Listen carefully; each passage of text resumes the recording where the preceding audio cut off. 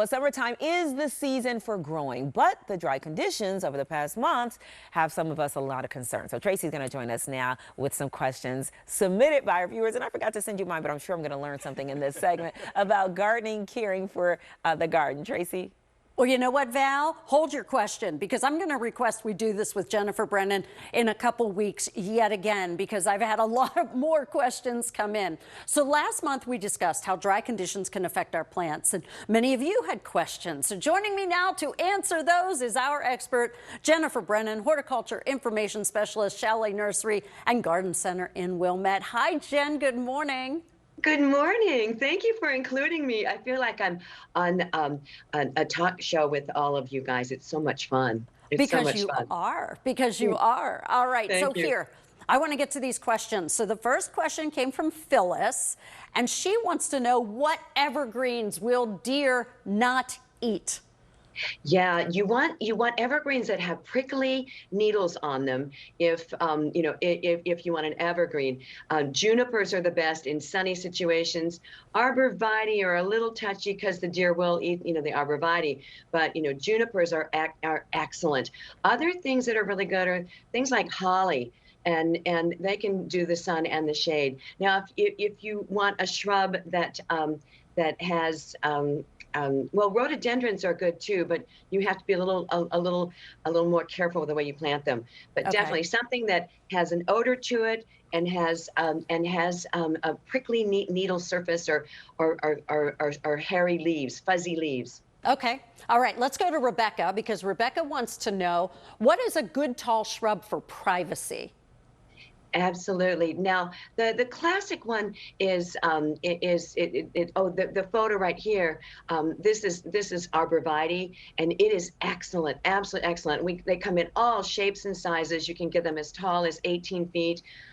That's a privet hedge, the photo right there, and it is good because it does lose its leaves, but it's one of those just die-hard shrubs. You could actually cut this one back to 3 feet from the ground and it would regrow to be about 6 feet every season. So good sturdy shrubs that will grow very dense and block the view through them, so you get good privacy. Okay.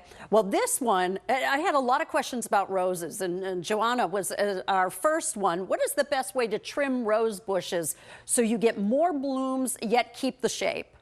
Now, to keep its shape, you want to prune first thing in the spring.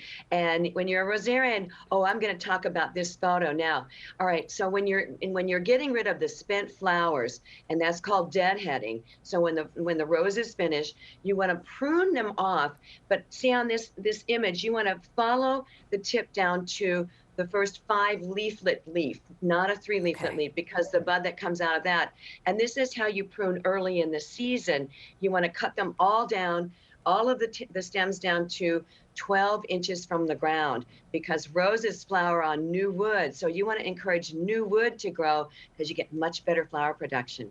Ah, okay. All right. And I want folks to know, because this is a lot to get through, we're going to post this on the website a little bit later on so you can see all of this and play it at your own speed. All right. Brent writes, I would like to grow strawberries organically. Any recommendations for keeping those pests away?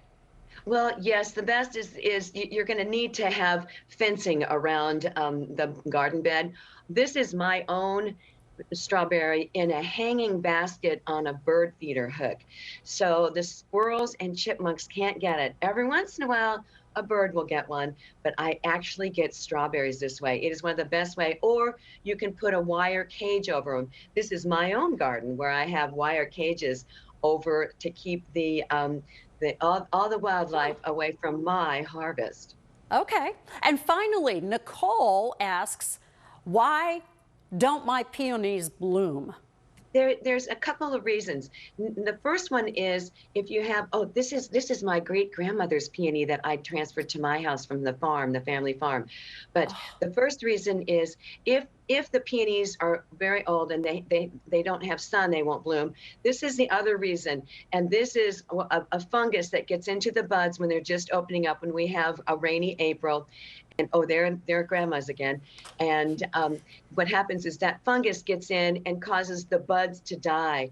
And it's called a botrytis bud blight. I pruned this off my own peonies yesterday just when I was cleaning them up, and see that browned out bud that's right there. Yeah. And yeah, so and so if you spray with a fungicide when they're first waking up in the spring, it prevents that from happening, and you Okay. get your flowers. Okay. All right, Jen, thank you so much. And honestly, I have more questions, and I think we need to have you back in a couple of weeks, and I'll get more of those questions to you. And of course, folks are welcome to send them to us here on my Facebook page, and we'll get Jen back to answer more questions. Thanks so much for joining us, my friend. So welcome. I love doing this. Hey, if you like that video, be sure to subscribe to our ABC7 Chicago YouTube channel.